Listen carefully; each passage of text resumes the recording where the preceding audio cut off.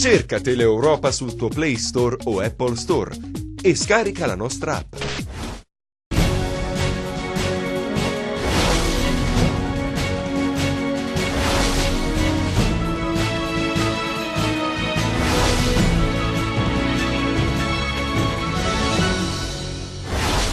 Sono 10.450 i casi di tumore registrati in Calabria nel solo 2017, il dato in un dossier presentato oggi a Catanzaro. La nostra regione è all'ultimo posto per quanto riguarda l'adesione ai programmi di screening. Inquirenti al lavoro per stabilire cosa è successo la notte scorsa nella villetta di Rende dove si è consumata la tragedia. Intanto il procuratore Spagnuolo ha tenuto una riunione tecnica per fare il punto sulle indagini. Avrebbe mentito ai magistrati nelle inchieste Eumenidi, così l'ex sindaco di Lamezia Mascaro è stato iscritto nel registro degli indagati. I carabinieri della compagnia di Bibbo hanno scovato in un terreno di proprietà di un esponente del clan di Soriano un quantitativo ingente di munizioni e droga. Estorsione aggravata è l'accusa per una 25enne romena arrestata dai carabinieri a Corigliano Calabro. La donna minacciava un anziano facendosi consegnare del denaro, è stata la vittima a chiedere aiuto alle forze dell'ordine. Padre e figlio, entrambi i commercianti, sono stati arrestati a Taurianova con l'accusa di aver praticato tassi usurari del 400% ai danni di un imprenditore in difficoltà economica. Ben ritrovati dalla redazione del TG10. In apertura lo avete sentito, parliamo di tumore perché i dati nella nostra regione sono allarmanti, ben 10.450 i casi registrati nel 2017. Il dato emerge dal dossier realizzato da AIOM e AIRTUM presentato oggi a Catanzaro.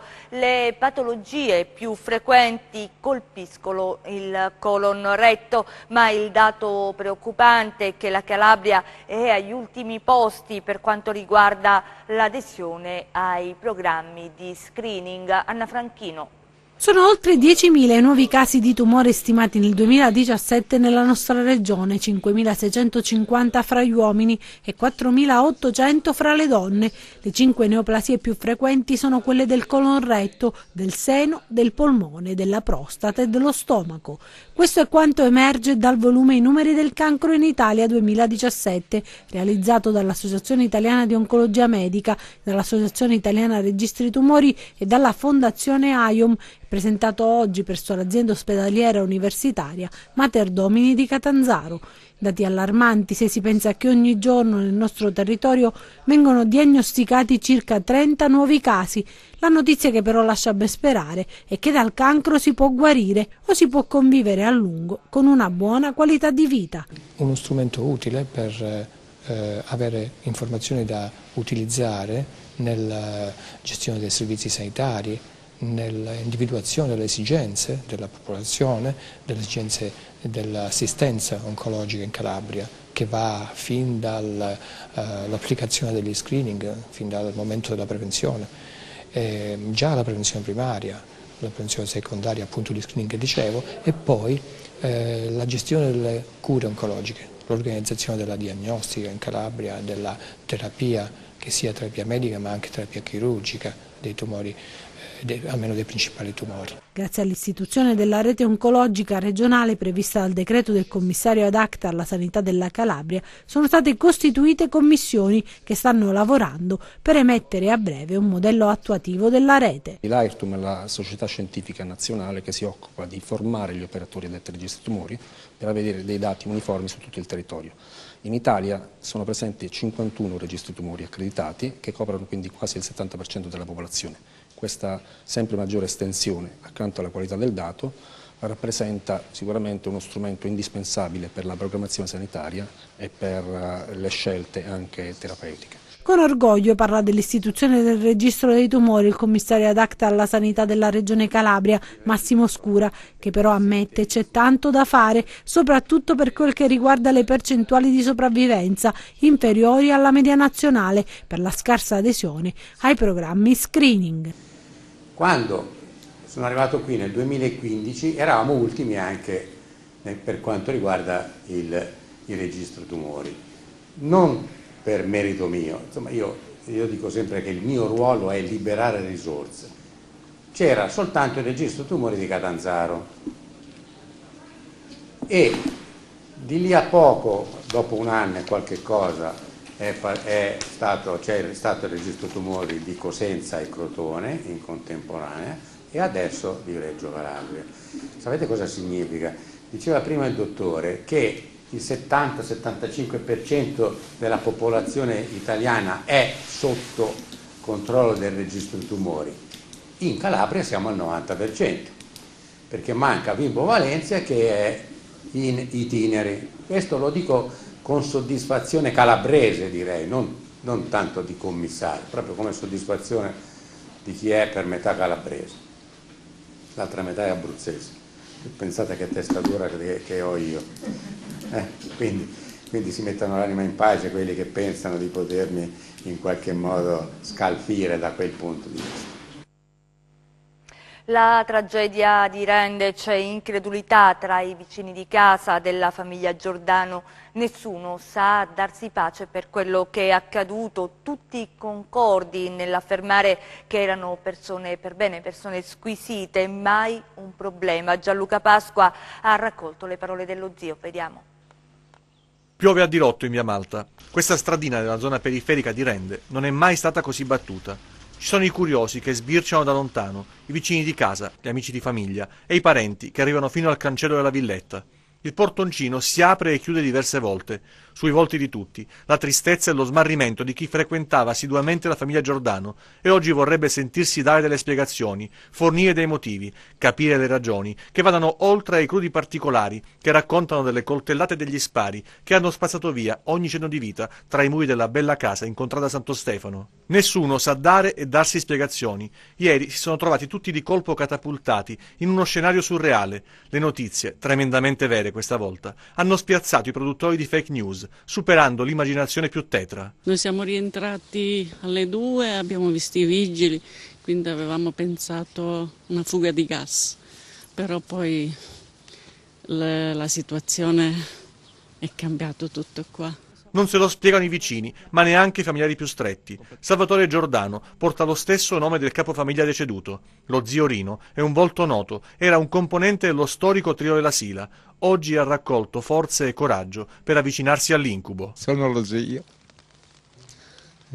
Purtroppo una cosa inaspettata, così che non riesco a immaginare che cosa possa essere successo. Io ho un negozio di strumenti musicali quasi di fronte, e li vedevo spesso, non è che quindi sembrava tutto normale.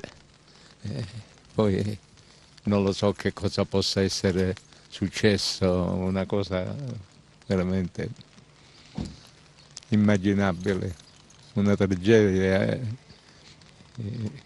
indescrivibile proprio. Non sapeva di screzi o di altro? No, e sempre quando passava davanti al mio negozio scherzavamo, cosa. Poi era una persona così gentile, così brava, sembrava una persona così che mai poteva immaginare una cosa di questo genere. Pure ai figli non c'erano particolari problemi? No, assolutamente, erano così cordiali, così allegri, solo Dio lo può sapere. Io non vi posso dire nulla perché, ripeto, sembrava tutto una cosa che andava tutto bene.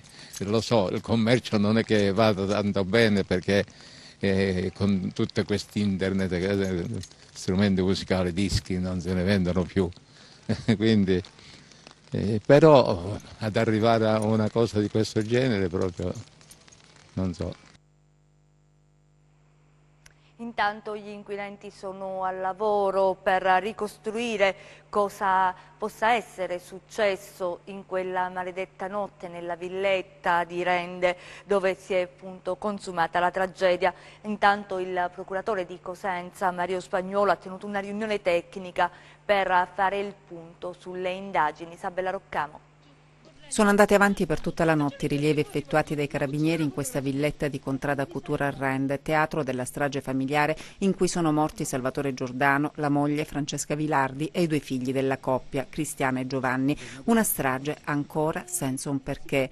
L'ipotesi più accreditata per quanto riguarda la dinamica è che il capofamiglia abbia prima accoltellato i familiari per poi finirli a colpi di pistola, poi si sarebbe ucciso sparandosi in bocca. Questo quanto sarebbe emerso dagli accertamenti tecnici. In quella casa sono state trovate 2 pistole, una 357 Magnum e una calibro 7,65 e un coltello insanguinato. Il figlio, Giovanni, di 26 anni, era senza vita in una stanza e vicino al suo cadavere un coltello sporco di sangue. Il giovane sarebbe stato raggiunto da un colpo alla testa, così come la sorella Cristiana, 31 anni, contro la quale sono stati sparati 4 colpi. Il suo cadavere è stato trovato nel corridoio e presentava ferite alle mani, probabilmente ha tentato di difendersi dai fendenti. Il corpo di Salvatore Giordano, 57 anni, è stato invece trovato nel corridoio accanto a quello della moglie, Franca Vilardi, 59 anni. Anche la donna sarebbe stata prima ferita a coltellate e poi uccisa a colpi di pistola sparati al ventre e al torace. Ma qual è il movente della strage? Al momento è mistero. Gli inquirenti stanno ascoltando amici e conoscenti della famiglia, molto conosciuti in città, per cercare di dare una risposta. E oggi in procura a Cosenza riunione tecnica convocata dal procuratore Spagnuolo con gli inquirenti che lavorano al caso. Le indagini vanno avanti. Ancora la cronaca ci porta alla Lamezia, avrebbe mentito ai magistrati nell'inchiesta Eumenidi, così l'ex sindaco Mascaro è stato iscritto nel registro degli indagati. Vediamo. Avrebbe mentito ai magistrati l'ex sindaco di Lamezia Terme Paolo Mascaro, che figura tra gli indagati dell'inchiesta Eumenidi, indagine che nell'aprile dello scorso anno portò all'azzeramento dei vertici della SACA, la società di gestione dell'aeroporto di Lamezia. Mascaro, che all'inizio non figurava tra gli indagati, ha ricevuto l'avviso di conclusione delle indagini insieme ad altre 21 persone. L'inchiesta, coordinata dalla Procura Lamettina e condotta da Guardia di Finanza e Polaria, portò all'arresto dell'allora presidente Massimo Colosimo, del responsabile dell'ufficio legale Ester Michienzi e del DG Pierluigi Mancuso, che finirono ai domiciliari, ed evidenziò diverse irregolarità, tra cui la gestione del progetto Garanzia Giovani, nella quale sarebbero state avanzate pressioni di politici locali e dirigenti pubblici per selezionare solo parenti e amici. Altri casi riguardano numerosi episodi di peculato da parte dell'ex dirigenza SACAL, con viaggi, pranzi e soggiorni a scopi personali in strutture ricettive di lusso, e ancora decine le consulenze fantasma per diverse migliaia di euro e selezione di personale affidata a soggetti con requisiti inferiori a quelli necessari, anche ricorrendo ad atti falsi. L'ex sindaco di Lamezia è indagato per abuso d'ufficio in concorso perché avrebbe favorito illecitamente la nomina di Emanuele Ionà all'interno del CDA della SACAL allo scopo di avere una persona compiacente e pronta a votare per il rinnovo di Pierluigi Mancuso quale DG della società. Mascaro venne sentito dai PM a maggio 2017 come persona informata sui fatti e in quella circostanza avrebbe negato di aver mai parlato con i manager di SACAL circa la volontà di nominare Ionà quale rappresentante del comune in seno al CDA della società aeroportuale, ma dalle intercettazioni effettuate all'interno degli uffici della SACAL, secondo i magistrati, sarebbe emerso tutt'altro. L'ex sindaco, secondo le accuse, avrebbe dunque mentito sui fatti di cui era a conoscenza. I carabinieri della compagnia di Vibo Valentia hanno scovato in un terreno di proprietà di un esponente di un clan di Soriano un quantitativo ingente di munizioni e droga. Vediamo. Quest'ultima operazione non è stata come una delle tante attività di contrasto alla criminalità organizzata e dello spaccio di sostanze stupefacenti che i carabinieri di Vibo Valentia stanno portando avanti da qualche tempo con maggiore intensità. Questo perché il blitz del nucleo operativo e radiomobile della compagnia di Vibo Valentia, unitamente al personale dello squadrone eliportato cacciatori di Calabria e della compagnia di intervento operativo del 14° battaglione Calabria, ha puntato dritto ad un controllo a tappeto dell'intera frazione Pizzini di Filandari, feudo della famiglia Soriano, considerato una potente cosca di 'ndrangheta. Ed il risultato finale rappresenta un colpo importante con l'arresto di Giuseppe Soriano di 27 anni, trovato in possesso di un ingente quantitativo di sostanza stupefacente e di numerose munizioni. I militari hanno passato al setaccio i terreni di proprietà di Soriano utilizzando un metal detector che ha consentito la localizzazione della droga e delle munizioni nascoste sottoterra. Nel dettaglio, dopo aver perquisito abitazioni e terreni, è stato rinvenuto circa 1,3 kg di marijuana, circa circa 700 grammi di cocaina e circa 300 grammi di eroina. Altrettanto numeroso il munizionamento, più di 300 colpi di vario calibro, il tutto nascosto sottoterra. Si tratta dell'ennesima operazione messa a segno dai Carabinieri nell'ambito di una più ampia strategia di prevenzione e contrasto alla criminalità cittadina e disposta dal Comando Provinciale di Vibo Valentia, volta ad incrementare il livello di sicurezza di tutti i cittadini, sia nel centro città che nelle relative frazioni limitrofe. Traffico bloccato per alcune ore nel pomeriggio sulla strada statale 107, la Silana Crotonese all'altezza di San Pietro in Guarano nel Cosentino a causa della neve sull'asfalto. Un mezzo pesante, lo vedete nella foto, è sbandato ostruendo la carreggiata in entrambi i sensi di circolazione e chiaramente impedendo alle altre auto di circolare. Sul posto i vigili del fuoco che per l'intervento hanno utilizzato un gruppo, il personale dell'ANAS e polizia. L'incidente per fortuna non ha provocato feriti. Adesso le altre notizie di cronaca nelle nostre brevi.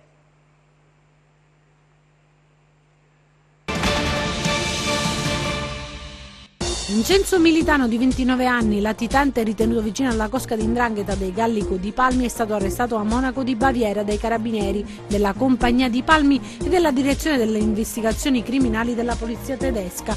In collaborazione con il Servizio per la Cooperazione Internazionale, l'uomo era ricercato dall'ottobre 2017 per tentata estorsione. Lo hanno catturato vicino all'aeroporto di Monaco di Baviera.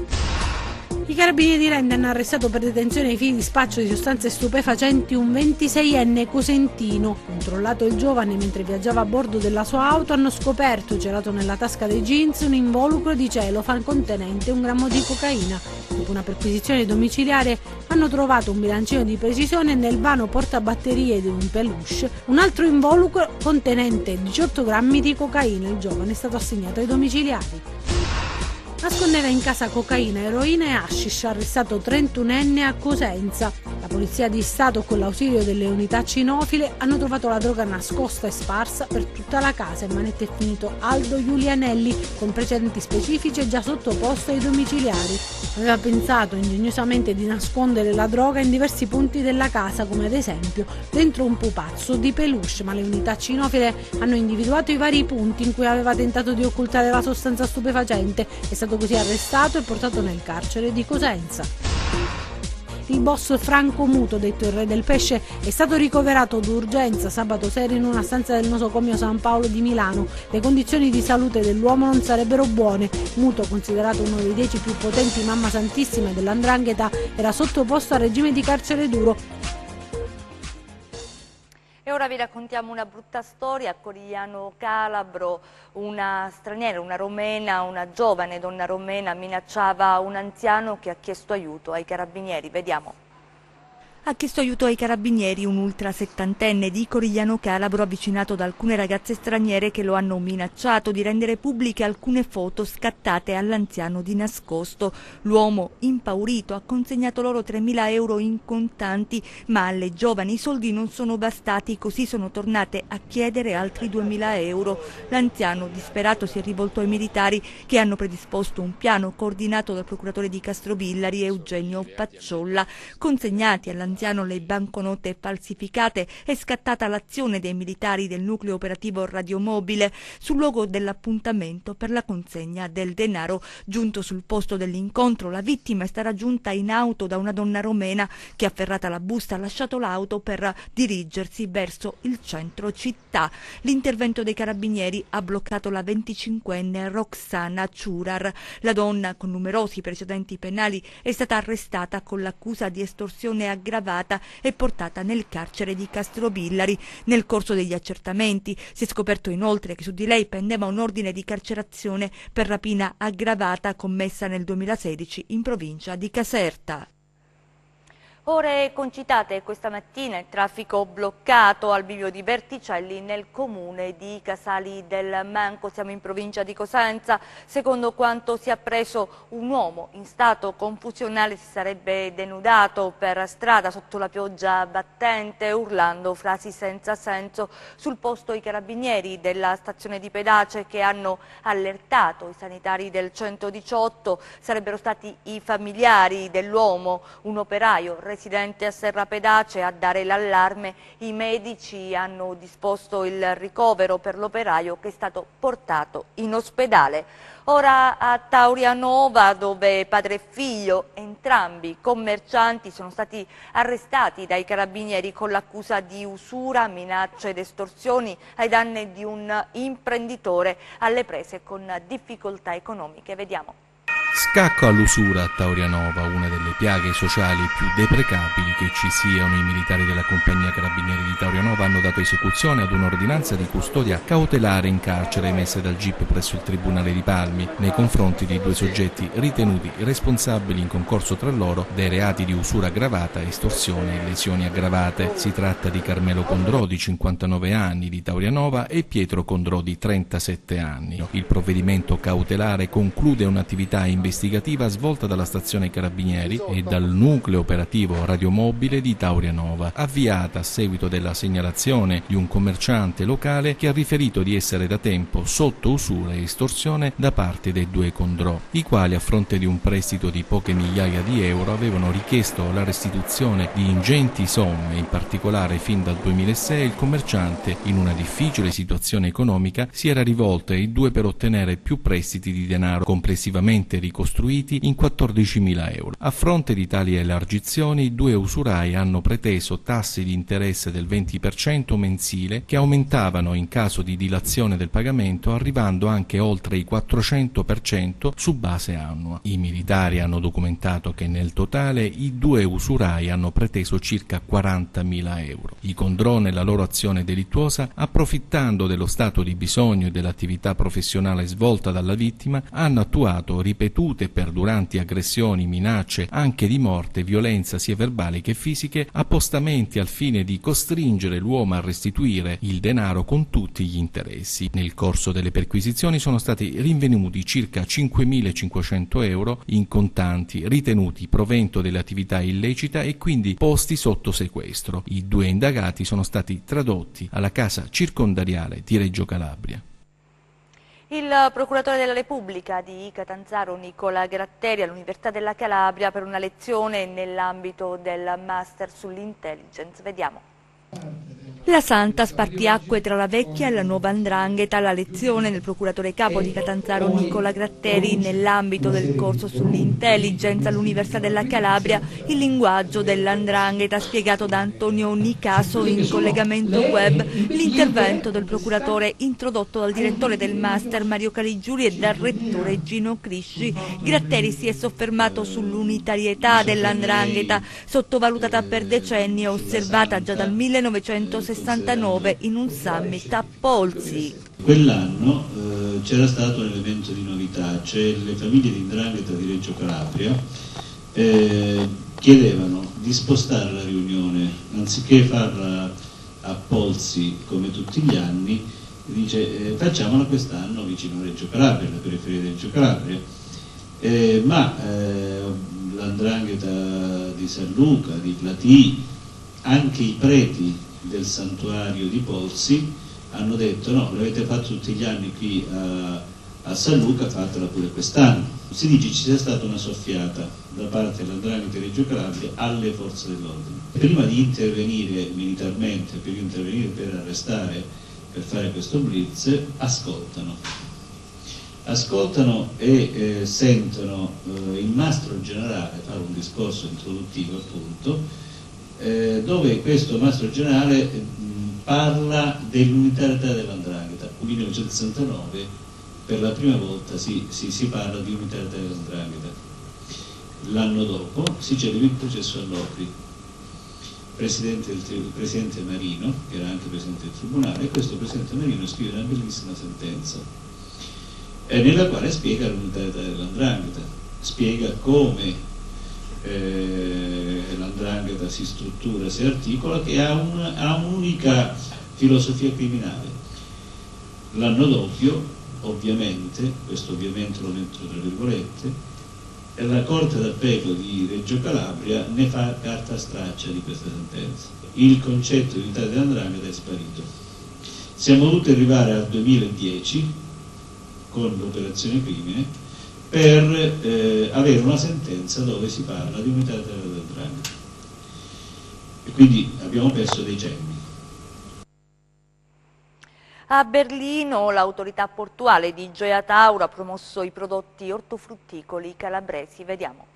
L'autorità portuale di Gioia Tauro sbarca al Fruit Logistica 2018 a Berlino, il salone leader mondiale della promozione dei prodotti ortofrutticoli che si è tenuta nella capitale tedesca. A darsi appuntamento a Berlino sono stati oltre 3.000 espositori provenienti da 84 paesi distribuiti sui 124.000 metri quadri della più grande fiera europea e mondiale del settore, visitata da oltre 76.000 visitatori. Si tratta di un'occasione molto importante per promuovere il sistema imprenditoriale calabrese di settore, che attraverso il porto di Gioia Tauro ha un accesso diretto al mercato estero. Come di consueto, da 5 anni l'autorità portuale di Gioia Tauro ha partecipato in sinergia e all'interno dello stand espositivo organizzato dalla Regione Calabria per promuovere il porto di Gioia Tauro nel circuito mondiale del trasporto dei prodotti ortofrutticoli che fanno parte della tradizione d'eccellenza calabrese. Non a caso l'ente ha inteso essere presente a questo importante evento anche per supportare e promuovere le aziende presenti nelle aree portuali che fanno parte della propria circoscrizione, per offrire loro anche un vasto ventaglio di occasioni, contatti e possibilità di incontri per stringere e sviluppare futuri accordi con i soggetti che a vario titolo fanno parte della filiera dei trasporti di settore a livello mondiale. In questa occasione l'autorità portuale di Gioia Tauro ha ospitato nel proprio stand 3 aziende operanti nell'area portuale di Gioia Tauro: la Caronte Tourist Logistica, la Saimare Gioia Tauro e la Desi Shipping Service. Per queste 3 aziende il Fruit Logistic rappresenta da anni un appuntamento fisso per incontrare operatori di settori di livello internazionale.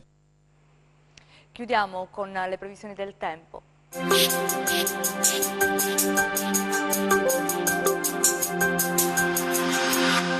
Ci attendono 2 giorni di maltempo per l'arrivo di una perturbazione alimentata da correnti fredde di origine artica. È atteso un calo delle temperature che favorirà nevicate anche fino a quote medie. Per domani al mattino deboli piovaschi interesseranno le zone tirreniche, con qualche fiocco di neve sui monti oltre i 900-1100 metri. Dal pomeriggio generale peggioramento, con precipitazioni anche moderate o forti sulle zone tirreniche.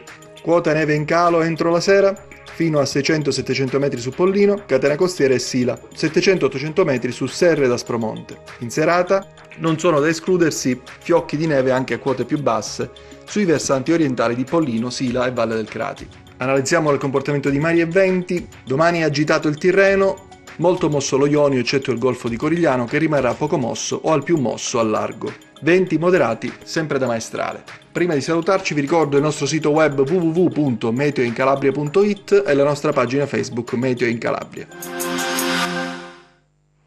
È davvero tutto, ci fermiamo qui, grazie per essere stati con noi, grazie a regia Michele Cava, immesso in onda Giuseppe Costanzo, noi vi auguriamo un buon proseguimento.